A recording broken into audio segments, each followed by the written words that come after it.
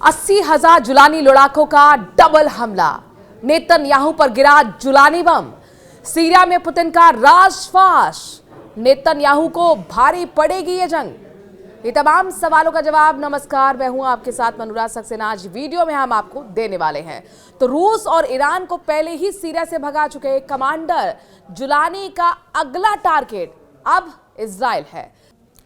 दमिश्क पर कब्जा कर चुके जुलानी ने अपने कमांडर्स को इजराइल फतेह करने का फरमान जारी कर दिया है। इसीलिए बड़ा सवाल यह है कि क्या सीरिया में घुसकर इजराइल ने बहुत बड़ी गलती कर दी है।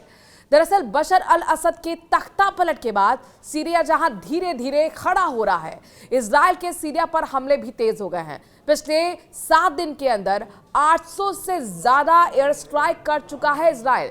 वहीं पिछले 12 घंटे की अगर हम बात करें तो 61 से ज्यादा हमले कर चुका है, जिसमें वो चुन चुन कर सैन्य ठिकानों को तबाह कर रहा है।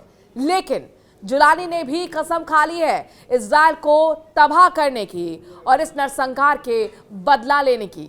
इजराइल हमलों का जवाब देते हुए एटीएस के नेता भी इजराइल को बहुत बड़ी चेतावनी दे रहे हैं। जरा समझिए कि इस वक्त सीरिया में क्या चल रहा है और सीरिया के हमलों का जवाब देने के लिए जुलानी की क्या तैयारी है।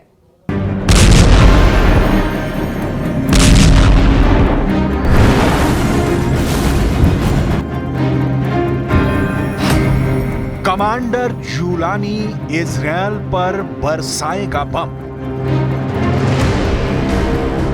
कमांडर जुलानी का सीरिया मिशन पूरा हो चुका है। दमिश्क के चप्पे चप्पे पर जुलानी के लड़ाकों का कब्जा है, लेकिन दमिश्क से मात्र 10 किलोमीटर दूर ही देखिए इजरायल क्या कर रहा है। धमाके का पहला वीडियो, धमाके का दूसरा वीडियो,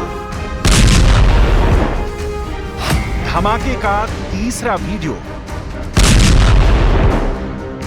धमाके का चौथा वीडियो, धमाके का 5वां वीडियो। इजरायल के इन धमाकों ने कमांडर जुलानी की नींद उड़ा दी है। इसीलिए अब जुलानी ने बड़ा फैसला कर लिया है। फैसला इजरायली सेना के आगे झुकना नहीं, बल्कि उसे झुकाना है। सीरिया की 1 इंच पर भी इजरायल का कब्जा जुलानी को मंजूर नहीं है। इसीलिए कमांडर जुलानी ने अपने लड़ाकों को इजरायली सेना पर सीधे अटैक का फरमान जारी कर दिया है। असद सरकार के पतन के बाद ही इजरायल ने सीरिया में मौजूद सेना के कई ठिकानों को नेस्तनाबूद करना शुरू कर दिया। ये कब तक चलेगा, ये दुनिया के किसी भी देश को नहीं मालूम, लेकिन अब ये साफ होने लगा है कि इजरायल के हमले से युद्ध और भड़क सकता है, क्योंकि कमांडर जुलानी को सीरिया में इजरायल की उपस्थिति कांटे की तरह चुभ रही है। इसीलिए जुलानी ने फरमान जारी किया है कि इजरायली सेना जहां भी दिखे उस पर हमला करो। जुलानी के हौसले बुलंद हैं। जुलानी असद का 54 साल का साम्राज्य खत्म कर चुका है। जुलानी की नजर इजरायल पर भी टेढ़ी हो चुकी है। कमांडर जुलानी ने इजरायल को इशारों में समझाना भी शुरू कर दिया है। जुलानी ने मीडिया से बात करते हुए कहा कि सीरिया पर जिसने भी हमला किया उसके मंसूबे आज तक सफल नहीं हुए और अब भी ऐसा ही होगा।